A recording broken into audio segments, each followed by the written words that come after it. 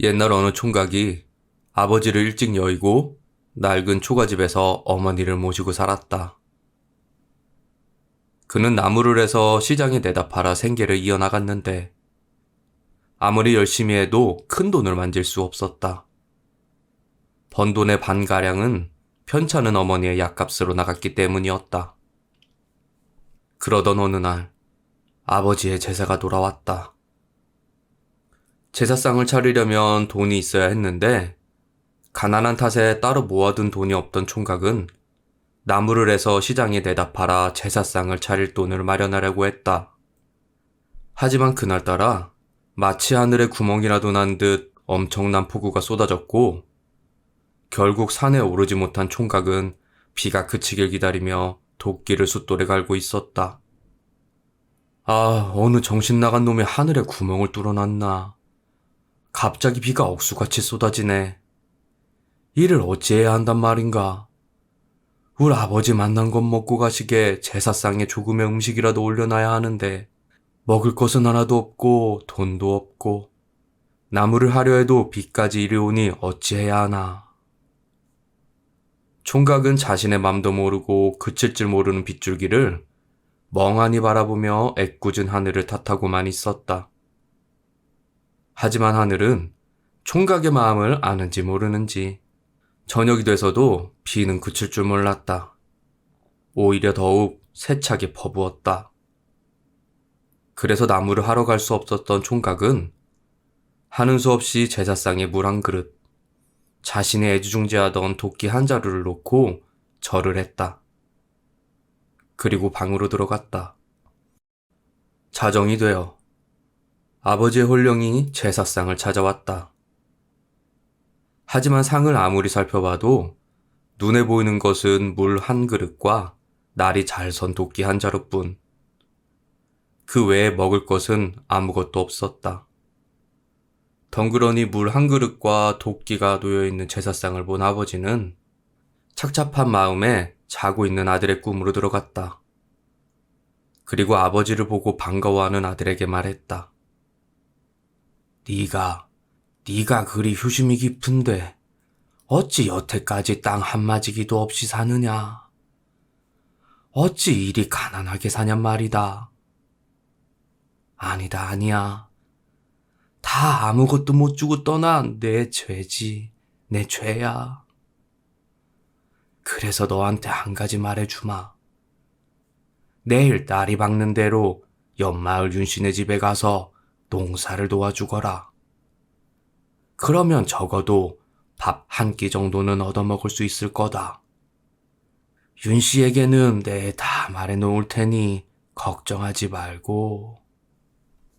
그리고 아버지는 친구인 윤씨에게 현몽하여 내일 아침에 아들이 찾아오면 가는 꼴 꼭대기에 있는 곳에 논을 붙일 수 있게 해달라고 말했다. 윤씨는 아버지에게 그렇게 하겠다고 약조했다. 다음날 총각은 괭이를 들고 윤씨네 집으로 갔다. 윤씨 역시 친구의 아들이 찾아올 것을 알고 있었고 그에게 가는 꼴 꼭대기에 있는 논으로 가서 땅을 일구라고 말했다. 총각은 괭이를 들고 언덕으로 올라 논으로 향했다. 그리고 도착해서는 열심히 땅을 갈았다. 그리 한 지 1시즌 정도 지났을까. 논을 가던 총각의 괭이가 깡 하는 소리를 냈다. 이놈의 돌멩이가 왜 여기에 있나. 산에서 그냥 자빠져 있지 왜 논에 털을 잡았냔 말이냐. 아이고, 이거 캐려면 시간 좀 걸리겠는걸. 총각은 깡하는 소리가 돌덩이에 부딪혀 난 소리라고 생각했고 크기가 어느 정도인지 몰라 소리가 난 주변을 살금살금 파내기 시작했다. 그리 주변을 다 파내고 보니 돌덩이는 온데간데 없고 조그마한 단지 하나가 모습을 드러냈다. 총각은 웬 항아리가 여기에 있나. 혹시 김장독인가 하여 뚜껑을 열고 안을 들여다보았다. 그러고는 깜짝 놀랐다. 안에는 커다란 금덩이가 들어있었다. 총각은 이게 웬 횡재네 하며 신나 콧노래를 불렀다. 그리고 단지를 집으로 가져가려고 했다.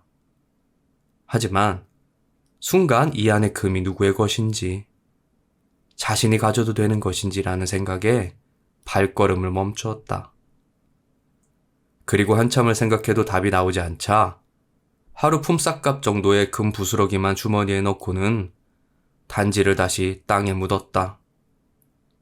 그리고 일을 마치자마자 전당포로 가서 금을 돈으로 교환했고, 그것으로 조기 한 마리를 사서 어제 차려놓았던 제사상에 올렸다. 그날 밤 아버지는 또 아들의 꿈에 나타났다. 야, 이놈아, 너는 언제까지 가난하게 살 거냐? 그래, 착하게 사는 것 좋다. 의롭게 사는 것도 좋지. 그런데 당장 네 입에 불칠은 해야 하지 않겠니? 보니까 네 어미약값도 많이 들어 가난에서 벗어나지 못하는 것 같은데. 아들아, 당장 내일 그리로 다시 돌아가서 단지에 있는 금을 팔아 사람답게 살거라. 그리고 네가 양심에 걸려 할까봐 하는 얘긴데, 그 단지는 예전 고려 귀족이 묻은 것으로 그들은 이미 이 세상에 없단다. 그러니 걱정하지 말고 단지에 있는 금덩이를 가져다가 쓰거라. 아들은 잠에서 깨어났다. 그러고는 허공을 향해 감사합니다. 아버지 감사합니다라며 중얼거렸다.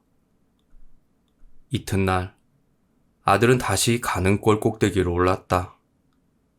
그리고 어제 묻어둔 단지를 꺼내 집으로 가지고 돌아왔다.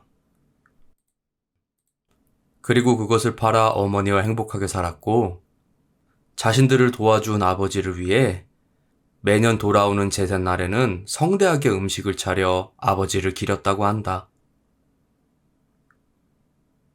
이 이야기에서 알 수 있듯 조상님들은 형식을 갖춰 지내는 제사보다 정성을 다해 차린 제사에 더욱더 고마워하고 그 후손에게 복을 준다는 것을 알 수 있습니다.